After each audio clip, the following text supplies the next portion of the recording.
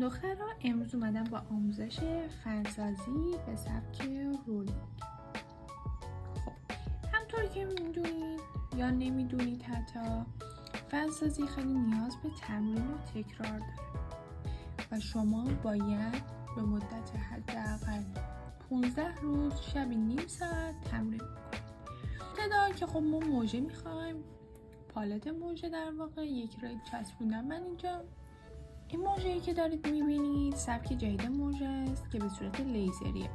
به خاطر شیارهایی که داره این قسمت باعث میشه که موندگاری موژه ما خیلی بره. از این بحث بگذریم، ما نیاز داریم به استارتر. باعث میشه که اگر شما فنسازی انجام میدید و نصب میکنید روی موژه مشتری، فنتون بسته نشه.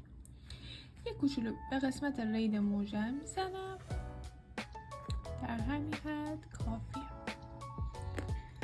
خب پنسی که من در کل استفاده میکنم پنسه 90 درجه یا تخم مرغی والیوم هستن که کارکرد باشون خیلی راحته. برای فنسازی من میام پنسمو موازی با ریل موژم قرار میدم. سبزه‌ای که دارید میبینید ریل موژه منه یا همون لنت موژه است. قرار میدم یه کوچولو پنس من ببینید به صورت 90 نیست، یکم دستم خوابیده. یکم دهنش رو باز میکنم، تعداد تاری که میخوام رو انتخاب میکنم و میبرم تا پایین. اینم بهتون بگم ما با قسمتی که موژه رو میخوایم برداریم نه با نوک پنسه نه با قسمت پایه پنس، با قسمت میانی من موژه رو برمیدارم. معمولا توی هر پنسی متفاوته که کدوم قسمت راحت تر موژه برداشته میشه یا فیکس بهتری داره. چون پنس‌ها دست سازن هر پنسی با هم متفاوته. پس اول نقطه میانی پنسات رو پیدا بکن و بعد به اون قسمت بردار. خب تعدادها رو انتخاب میکنم، میبرم تا پایین با قسمت میانی برمیدارم، فیکس میکنم و بعد به سمت بالا میارم. قرارش میدم دوباره روی همون لنت موژه. یک کوچولو در حد سر نوک پنسم موژه رو آزاد میذارم پایینشو و بعد میام با نوک پنسم. ببینید با قسمت میانی موژه رو قرار نیست باز کنیم، با قسمت نوک پنس قرار بازش کنیم. یک کوچولو دستم میچرخه که فقط نوک قرار بگیره و بعد میام قسمت ریل رو در نظر بگیرید، نه خیلی پایین نه خیلی بالا. به صورت رفت و برگشتی موژه رو باز میکنم. ضربه نزنید، ضربه باعث میشه بیشتر موژه‌تون فرو بره توی لنت و بیشتر بچسبه و سخت‌تر باز شه. پس به صورت رفت و برگشتی موژه رو باز میکنم.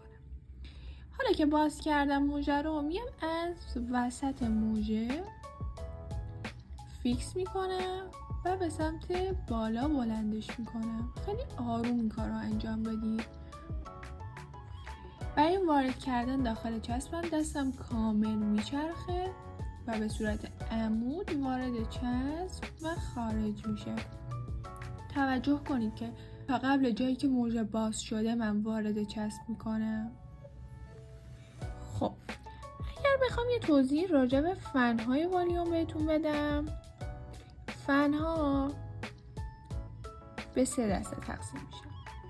فنهای نرو که مقدار کمی از همدیگه باز شدن و فاصله هر تار از همدیگه خیلی کمه.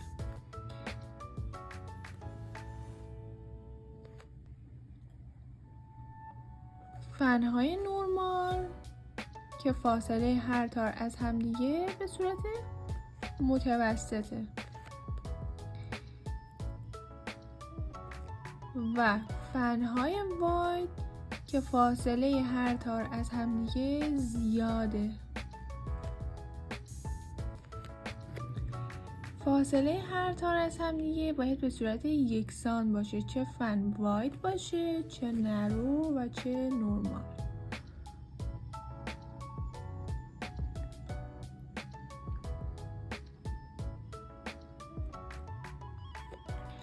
وقتی فن ها فاصله از همدیگه‌شون کم باشه زیاد بشه باعث میشه که توی والیوم من سایه بیفته و خروجی کار من مرتب در نمیاد. اگر دارید یک اکستنشن 4 بعدی کار میکنید، سعی کنید روی همه تارها 4 نهایتاً 5 بعد یا 4 نهایتاً 3 بعد کار بکنید و این میزان بعدتون رو هی تغییر ندید توی هر تار. مثلا یک تار رو 5 بعدی بزنید، یک تار رو 3 بعدی بزنید، یک تار رو 2 بعدی بزنید.